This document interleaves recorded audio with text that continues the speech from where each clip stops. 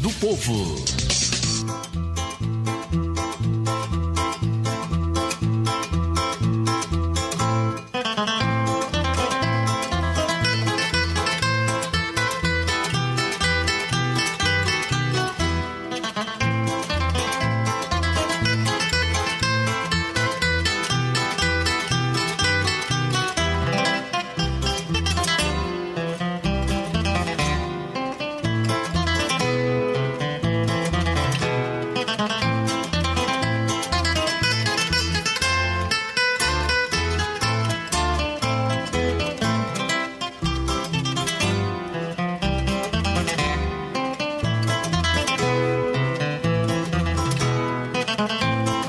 Às 12 horas e 4 minutos, 23 graus a temperatura em Foz. Eu estava falando aqui com o Vitor sobre outro assunto, né? Mas é que ele entende tão bem quanto da Câmara de Vereadores, que é o Sindicato do Transporte dos Trabalhadores Rodoviários de Foz do Iguaçu, que aceitaram a proposta dos empresários e não teve greve a partir de hoje, né? Pois é, um ato de maturidade da categoria, porque era ímpar, uma situação totalmente adversa. Os rodoviários, por tradição, não costumam aceitar coisas assim. Agora eles entenderam a crise econômica que passa o país, o momento que estamos vivendo, a economia totalmente esfacelada e a questão da cidade de Foz do Iguaçu, então nem se fala. Dentro dessa análise, eles compreenderam e esperam, ali na frente mesmo com um acordo assinado, se for o caso, e que as coisas apertarem, e como sempre aperta para os trabalhadores, não é? Vão reagir mesmo fora da data base. A inflação deu 9,82%, as empresas ofereceram 10%, mas não no piso salarial. Se você for pegar 5%, eles colocam no piso e o impacto dos outros 5%, que deveria ser em salário, vai em cesta. Quando então chega não é 10% de reajuste em dinheiro. Não, é 10%, sim, é em dinheiro. É em dinheiro. Porque eles têm um cartão, compram o que querem no mercado. Não é aquela cesta que leva farinha de biju, isso e aquilo que muitas pessoas... Não, é um cartão de alimentício. É dinheiro. Então, o último pagamento entre salário e cesta básica que eles recebiam, eles vão ter em tudo 10% em cima. Não é? E quando chegar, então, em janeiro, esses 5% que está vindo em cartão, cesta básica, não é? Vale alimentação, daí então ingressa de novo no piso e retira da cesta para poder equacionar esta situação. Mas é um bom acordo, né, para o momento que... Tendo em vista o que acontece a nível nacional, os rodoviários de São Paulo é uma categoria de ponta e de luta. Pegaram 7. Outros lugares, como a gente viu aqui o Poder Público Municipal, onde a gente viu outros lugares, foram divididos a inflação em 2, 3 vezes.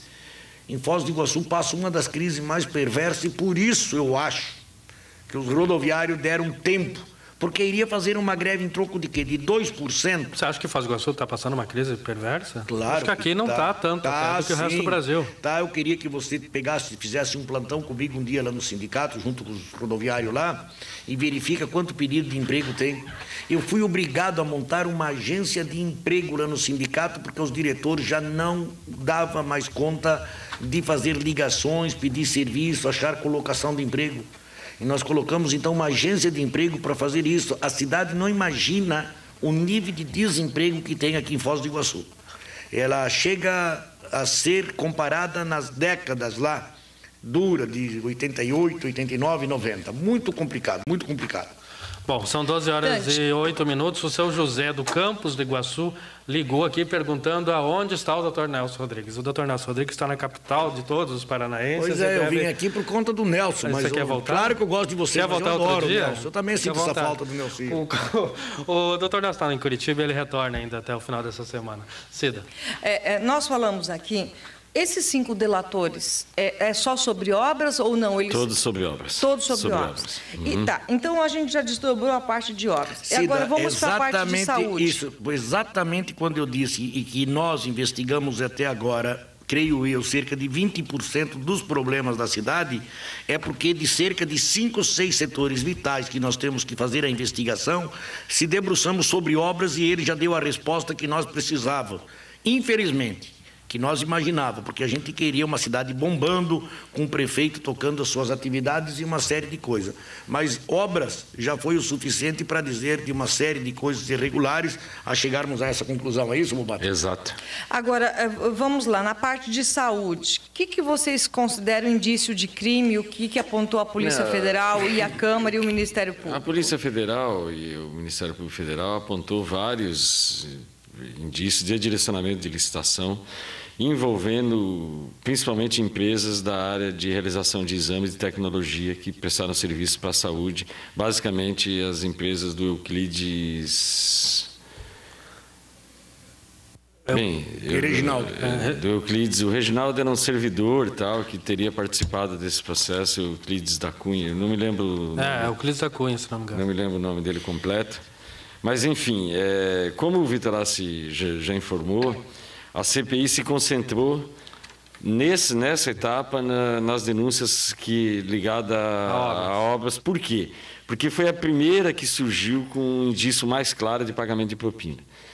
Foi a primeira que surgiu com um indício mais claro de pagamento de propina. As denúncias da saúde, elas são acusações de direcionamento de licitação de benefício de empresa, há indícios de pagamento de propina, mas não há elementos conclusivos de pagamento de propina. São estágios diferentes de investigação.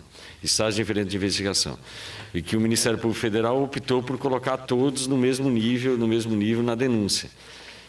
Envolve todas elas, essas questões da saúde, até as obras e outras áreas que a Operação Pecúlio chegou, envolve basicamente o mesmo personagem que é o ex-secretário Melquisedeque, que é considerado pela estrutura da denúncia feita pelo Ministério Público Federal como o coordenador dessas operações.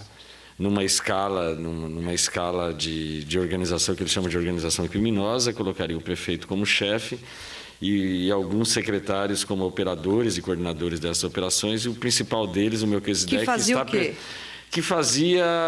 Que acompanhava todos os processos, cuidava dos pagamentos. A transferência de valores, a quantia de cada um, né? Ele era o operador. Ele era o operador. Agora, não há no processo uma denúncia explícita assim, como há no caso das obras, alguém dizendo assim, nós demos tanto de dinheiro para tal pessoa. Na área de saúde não há isso ainda. O que há são elementos, indícios e características muito claras de que processos licitatórios foram dirigidos para algumas empresas. No modus operandi, que eu já tinha falado aqui outras vezes, o Vitorazzi também já falou disso outras vezes, que é assim, você faz uma licitação e por algum motivo você anula a licitação. E como você anula a licitação, e como qualquer serviço na área de saúde é emergencial, é urgente, você contrata uma empresa em regime de emergência e vai mantendo seus contratos, essa é a principal acusação. Queria responder a Cida, se você pediu de uma forma enfática a questão da saúde. Cada coisa para mim tem que ser avaliada dentro do seu devido tempo. A saúde é uma questão que é a mais grave de Foz do Iguaçu e que aí a responsabilidade, se me permita, vem desde o prefeito ao promotor público. Foi no início da administração que o prefeito foi chamado para fazer um TAC, e nesse TAC dizia que não poderia mais funcionar aquela OAS, que bem ou mal estava funcionando em Foz. Quem mandou mudar o regime daquilo que estava funcionando foi a promotoria. E por que eu digo que cada coisa tem que ser avaliada dentro do seu devido tempo? Montar uma fundação para gerenciar um empreendimento desta magnitude, significa dizer que quando este cidadão vai fazer uma compra de remédio e sabe que quem vai pagar é uma fundação e que o saldo em caixa é zero, o risco aumenta. Desaparecem os fornecedores e quando se dispõe a vender, entendeu, eles cobra risco dentro, subfaturando os próprios remédios. Então eu sempre disse isso ao Bobato, não que não tenha irregularidade na saúde, mas as coisas têm que ser analisadas no devido tempo. Nós temos o Foz Habita. Foz Habita ficou claro na questão do depoimento de Valmir Gritting. Entregaram 17 lotes que eles valem no mercado mais de 2,5 milhões de reais. E esses lotes, eles não aferiram 250 mil reais desse, 10% desse valor é que foi recolhido para o caixa do Foz Habita. Isso é uma depredação do patrimônio público. Agora, se debruçar sobre isso, está claro no depoimento. Nós temos a questão da imprensa, e por isso eu vou pedir também uma CPI separada do Foz Habita e da imprensa, uma campanha dos volta às aulas, como fosse que as crianças e os pais não sabem que as crianças têm que voltar às aulas. E empresa de Cascavel, de Santa Terezinha de Itaipu, blogueiro e um monte de gente desse Brasil afora recebendo dinheiro por volta às aulas. Há jornais, por exemplo, que foram pagos de Cascavel, que sequer eu nunca vi eles circularem aqui em Foz do Iguaçu. E esse tem um compromisso com a sociedade. Vou expor na minha página, nem que custe um mês. Vou colocar um a um de quem recebeu dinheiro para esta campanha de volta às aulas. Jornal de Cascavel que recebeu... a Jornal de Cascavel, de Santa Terezinha de Itaipu e de todos os lugares. Começar as aulas em Foz? Sim, porque as crianças iam esquecer que tinham que voltar às aulas. Não, propaganda de volta às aulas é comum em várias esferas, né? Só mas cá entre nós vai chegar uma monta que ultrapassa aí 200 mil reais, creio eu, que estou dizendo assim de uma forma superficial. Só fazer justiça com a memória do Euclides da Cunha, tá? Que é o nosso grande escritor, o nome do Euclides envolvido. Eu também. Euclides de Moraes Barro Júnior. Ah, que o nome era conhecido, foi na hora. Bobato, deixa só, nós falamos da saúde. Nós entramos num ponto ali que eu acho interessante. Muita gente, até ontem, eu saí daqui 1h e pessoas param a gente na rua. Assim, na denúncia ali está 85 pessoas. O senhor fez uma fala, os dois fizeram uma fala antes do intervalo comercial, colocando como foi um caso que a gente viu aqui de uma pessoa que veio até a redação da Rádio Cultura, não quis entrar no ar, dizendo que ele tinha feito pedido para o então secretário de governo, Sérgio Beltrame, de um ônibus para um velório. Ele também está citado ali. Tem outros fatos... Você está falando do José Edson de Oliveira, que é o narizão, que já foi vereador. O senhor tem fatos que chamam a atenção de vocês? Dos próprios vereadores. O Edílio quase que se deu por impedido, quer dizer, está propenso por se dar por impedido, porque a assessora dele fez uma ligação... relator da CPI, tá? Só né? Claro. Pedindo um emprego. Sequer a mulher foi atendida com o emprego. E está aí no resumo. Eu acho o seguinte, que essas denúncias... Houve excesso, então? Eu acho que, apesar de ser um belo trabalho da Polícia Federal, algumas coisas dessa natureza não deveriam nem ser levadas em consideração. Mas será que a Polícia Federal... E que agora, na hora que o promotor público verificar isso, para mim não oferece denúncia sequer. E dessas 85, se for criminalizada, se for irem e sentenciada, para mim não chegará em 30, não é? Porque eu acho assim que foi excesso de zelo para dizer de um cidadão que liga para um secretário pedindo um ônibus para fazer o acompanhamento de um velório, e o cidadão, que nem o narizão, que eu conheço ele, o cidadão de bem, ser arrolado para estas coisas. Eu acho isso um absurdo, porque o poder público existe para atender a necessidade das pessoas, e o ônibus faz parte dessa necessidade. Eu não vejo, que me desculpe o pessoal da Federal, que me desculpe a promotoria, eu não vejo nenhum dano, nenhum problema imoral de pedir um ônibus para transportar os familiares em um velório, como nós sempre fizemos na cidade de Foz do Iguaçu. A CPI vai se debruçar e vai continuar se debruçando sobre irregularidades em licitação, pagamentos de propina. Coisas substanciais. Que nós entendemos assim. Eu não sou especialista em processo judicial, então não cabe a mim julgar o procedimento da Procuradoria-Geral da República. Talvez estejam querendo demonstrar o tamanho. Talvez seja, mas funciona, assim, né, mas assim, não cabe, como eu disse, não cabe a gente julgar, mas a CPI cabe fazer uma triagem porque a CPI nós só somos 3 vereadores.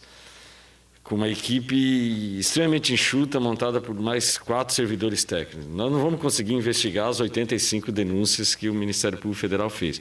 Então, nós optamos por ver o que nós entendemos que há realmente claros indícios de dolo, de corrupção, de propina, de desvio de finalidade, com licitações públicas, envolve as denúncias da área de saúde, envolve esses personagens todos que estão presentes em várias situações. Mas discussão, assim, sobre um pedido de ônibus, eu não sei se cabe, até porque a CPI, se fosse debruçar sobre isso, não vai chegar a lugar algum. Mas o que vai chegar é que o cidadão que já foi vereador um dia pediu um ônibus, já está ali comprovado que ele pediu o ônibus. Então, qual é a punição que isso vai chegar? O Ministério Público vai resolver o que vai fazer, que é o que está fazendo. A partir de terça-feira, a comissão se desdobra como? A partir de terça-feira que começam as sessões da Câmara. Cida, primeiramente, eu acho que a comissão ela está mais interessada para que se estanque de vez essa situação. E para estancar de vez isso, não adianta culpar o subordinado, tem que fazer estancar com que é aquele que manda. E o segundo papo é a gente construir uma relação nova para a cidade de Foz do Iguaçu, baseado em outros parâmetros éticos e morais e uma série de coisas, sem perder de vista que todos estes elementos, né, colocado nesta operação Pecúlio, né, a operação da GAECO, todo mundo aí, a gente tem que continuar investigando. Tem coisas, como disse muito bem o professor Bobato, né, vereador Bobato, professor também, né, Bobato, entendeu? O que disse o Bobato? Há coisas que precisam ser visto, né, na ordem das prioridades. Isso. Né? Estabelecer uma prioridade, não vamos gastar energia atrás de um cidadão que pediu um ônibus para o velório. Nós achamos isso muito... Nós não vamos gastar energia de alguém que a assessora ligou por um emprego.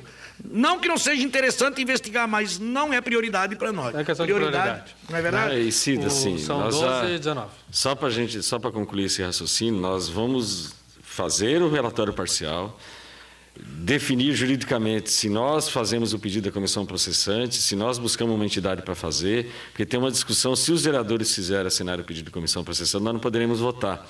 Essa é uma discussão que nós estamos fazendo internamente, que nós não resolvemos, nós temos que resolver isso, inclusive. Precisa de 10 votos, né? Precisa de 10 votos. Então, seriam 3 votos a menos já direto no pedido, se os 3 vereadores assinassem o pedido de comissão processante. Tem esses 10 votos, Bobato? Não há uma articulação política nesse sentido. Acho que é uma responsabilidade individual de cada mandato, de cada vereador, a sua definição do seu voto. Nós não vamos fazer um processo de articulação política no sentido ou seja, cada vereador tem que definir, tem que ter assim a consciência da sua responsabilidade nesse processo. A CPI pode ser instalada na terça? A comissão processante dificilmente será instalada na terça, porque tem que primeiro apresentar o relatório precisa ser lido, e o relatório só pode ser lido na terça-feira. Aí, na terça-feira, provavelmente será feito o protocolo da comissão processante, ou na terça ou na quarta, para ser lido e votado, aí sim votado na quinta-feira. O nosso cronograma prevê que, no mais tardar, na próxima quinta-feira, ou seja, daqui uma semana, pouco mais de uma semana, esse pedido de comissão processante já tem condições de ser votado em plenário. A votação é aberta ou fechada? A votação é aberta. A votação é aberta. Tem que ser. É aberta. Não existe mais voto secreto na Câmara de Vereadores, como não existe mais voto secreto no Brasil. Então, voto secreto em parlamentos, isso acabou no Brasil faz muito tempo. São 12h20. Estou satisfeito, Cida? Né? Por hora, né? Estamos satisfeitos. Então, muito obrigado pela participação de vocês. Eu que agradeço aí a convocação, o convite, né, da Rádio Cultura. É sempre um prazer estar aqui informando a sociedade iguaçuense. Prazer é nosso, Bobato. Obrigado. Obrigado, eu que agradeço imensamente. Agradeço os ouvintes da Rádio Cultura, Cida, Júlio, Dante. O seu Verado está escutando a gente aqui, o contraponto. E dizer que eu me sinto honrado por sentar na cadeira e falar no microfone do seu Enzo. Do seu Enzo Mendes da Rocha. O Enes não veio hoje por então... um problema pessoal, né, e comercial, mas ele está bem, está ótimo. Está sossegadinho. Está sossegado. Um abraço para vocês aí que estão escutando o contraponto também.